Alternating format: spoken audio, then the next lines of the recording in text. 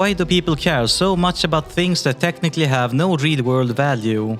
A collector's coin, a limited-run car, or yeah, a skin in a video game. They don't make you faster, they can't pay your bills, and you can't eat them. So why do we fight to get these things, and sometimes even spend real money? The answer isn't about fashion, it's about psychology. And today we're going to break down 7 brain quirks that makes pixels feel priceless. As we go, figure out which one hits you the hardest and let me know in the comments. Let's begin. You're in the kitchen. On the counter, 2 jars of cookies, one overflowing and the other with just 2 left. Which one do you grab from?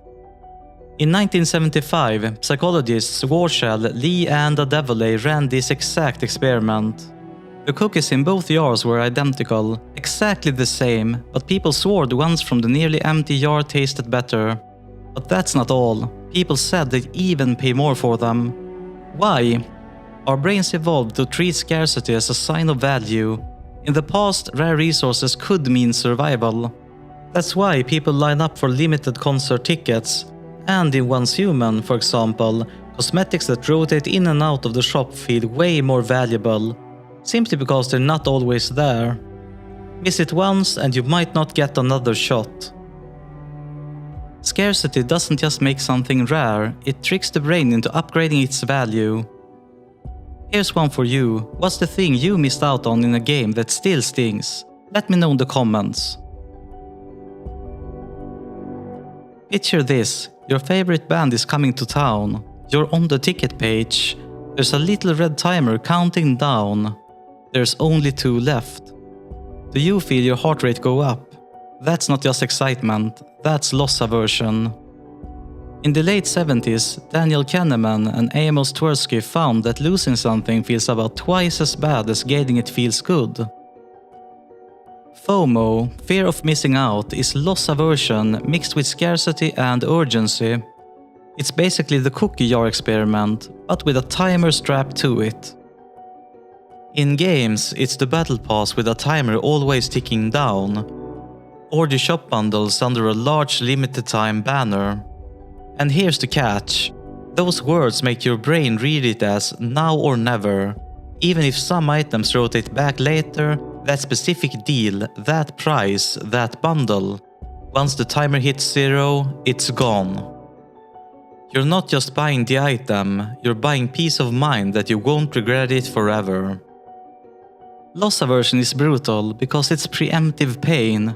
You haven't lost the thing yet, but your brain reacts as if you already did. Has a timer ever made you buy something you weren't planning to, gaming or otherwise? Tell me in the comments. Have you ever walked past a restaurant with no one inside, then another with a line out the door, and assumed the second one was better? That's social proof. In psychology, it's our tendency to copy others when we're unsure what's valuable or correct. Let me give you a classic example. One person stares up at the sky and gets ignored. 10 people look up and suddenly a crowd gathers. It's a survival instinct. If other people are paying attention to something, maybe you should too. In games, social proof often shows up as status. When you see players stop to admire someone's rare skin, their reaction makes that specific skin, the one you just saw other players admire, feel way more valuable. And of course, the more rare the item is, the more it ties back to scarcity.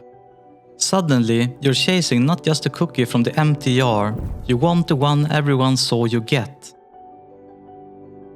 Social proof works because value isn't just about the item itself, it's about the reaction it gets.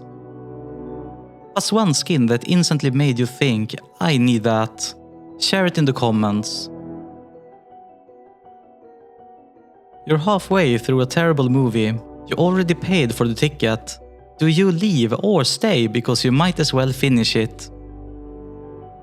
Economists call this the sunk cost fallacy. The more time, money, or effort we've invested, the harder it is to walk away, even if the payoff isn't that great. And yeah, I've done this myself. I've grinded for hours on something, and then I realized I actually didn't even need it. But I kept going anyway, just because I'd already put so much time in. That's sunk cost in action. In gaming, it's the mount you rarely use, or that collection item sitting in your inventory. The value isn't the thing, but instead it's the effort you can't let go of. What's one thing you've grinded for that wasn't worth it, but you still hold on to? Let me know in the comments. Imagine someone gives you a coffee mug. You didn't care about it before, but now if I ask you to sell it, you'd probably want more than you ever would have paid for it. And that, my friends, is the endowment effect, shown in a 1990 study by Kahneman, Kunech and Taylor.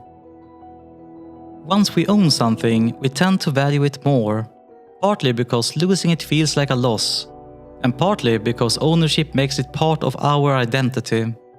In games, the moment a rare skin drops into your inventory, it's tied to your story. And if you've also sunk hours into getting it, that's the endowment effect and sunk cost fallacy working together. And my friends, that's a very expensive friendship. Ownership doesn't just mean possession, it rewires identity. Pixels becomes part of you.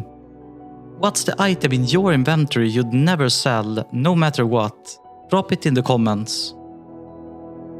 In 2012, Norton, Moshaw and Arely found that when people built IKEA furniture, they valued it more, even if it was crooked. Effort builds attachment, because when you put in the work, your brain treats the outcome as more valuable. And I'll be real, I own plenty of IKEA furniture and somehow it all feels more valuable just because I was the one who put it all together. In gaming, crafting, unlocking an item or building a base step by step feels the same. You didn't just get it, you built it, and that means something.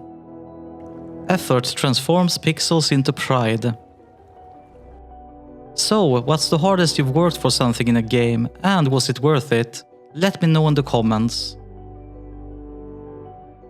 Ever hear a song you didn't like at first, but after hearing it 5 times you're humming it?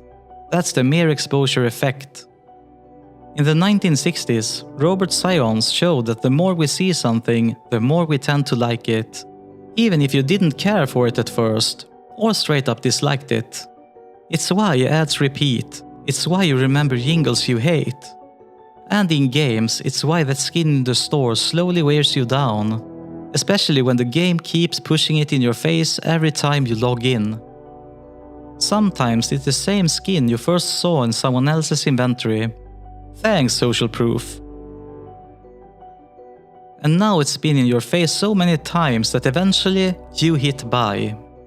The mere exposure effect is sneaky because it works in the background. Familiarity feels safe. What's one thing you eventually caved and bought after seeing it over and over? Tell me in the comments.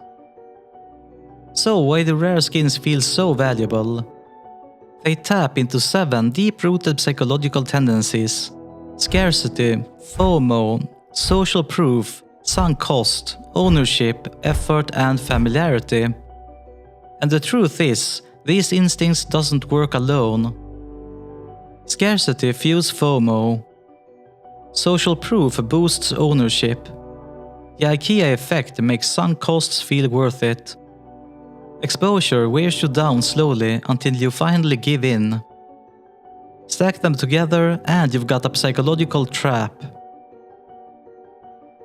They may just be pixels, but to your brain they feel like treasure. Final question, which one of these got you lost and would you fall for it again? Share it in the comments. Thanks for watching, and remember, it's not just style, it's science. You have an awesome day now.